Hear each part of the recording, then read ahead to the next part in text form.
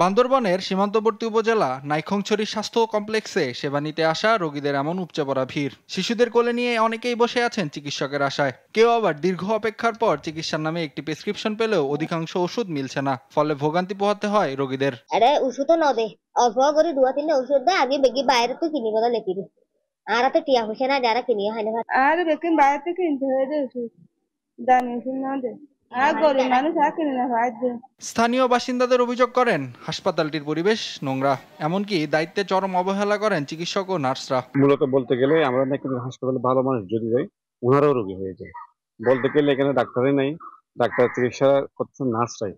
এখানে ওষুধ পর্যাপ্ত পরিমাণ ওষুধও নেই, বেডশিট নেই, মশারি নেই, বাথরুমের অবস্থা খুব খারাপ। হাসপাতালে বর্তমান অবস্থা হচ্ছে আপনার অপরিষ্কার ও পরিচ্ছন্নতা, বিভিন্ন ধরনের গন্ধটা হাসপাতাল থেকে। স্বাস্থ্য কমপ্লেক্সটিতে চিকিৎসকের 12টি পদের মধ্যে কর্মরত রয়েছেন মাত্র 4 জন। সংকটের কথা স্বীকার করলেও সাধ্যমতো রোগীদের চিকিৎসা দেওয়ার কথা জানান এই চিকিৎসক। আমরা এখন আছি হচ্ছে ইউচেকু ছাড়া হচ্ছে 2 জন, ইউচেকু সহ হচ্ছে আমরা 3 জন ডাক্তার আছি।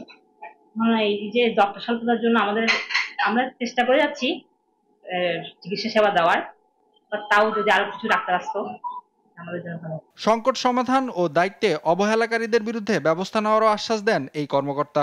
দায়িত্ব অবহেলা কিন্তু সেটা আমি দেখবো, সমস্যা নেই। দায়িত্ব অবহেলা হচ্ছে কিনা সেটা আমি দেখবো, আমি দেখবো। ডাক্তার নিয়োগ প্রক্রিয়া চলতেছে অলরেডি, একটা স্পেশাল বিসিএস দিয়ে সেটা ডিসেম্বরের আগে এই সমস্যার সমাধান হবে না। ওষুধ এটা হচ্ছে যে বছরের শুরুতে এখনো পর্যন্ত ওষুধ যেগুলো যে আমাদের ঢাকার মেইন সেন্ট্রাল স্টোর থেকে যেগুলো আসার কথা, ওগুলো যখন আসবে তখন সব অ্যাভেলেবেল হয়ে যাবে। দুর্গম অঞ্চলে মানুষের স্বাস্থ্যসেবা নিশ্চিতে দ্রুত চিকিৎসক নিয়োগ সহ প্রয়োজনীয় ব্যবস্থা দেখতে চান নাইক্ষ্যংছড়ির বাসী। নাইম আফসান, নিউজ ডেস্ক, দেশ টিভি।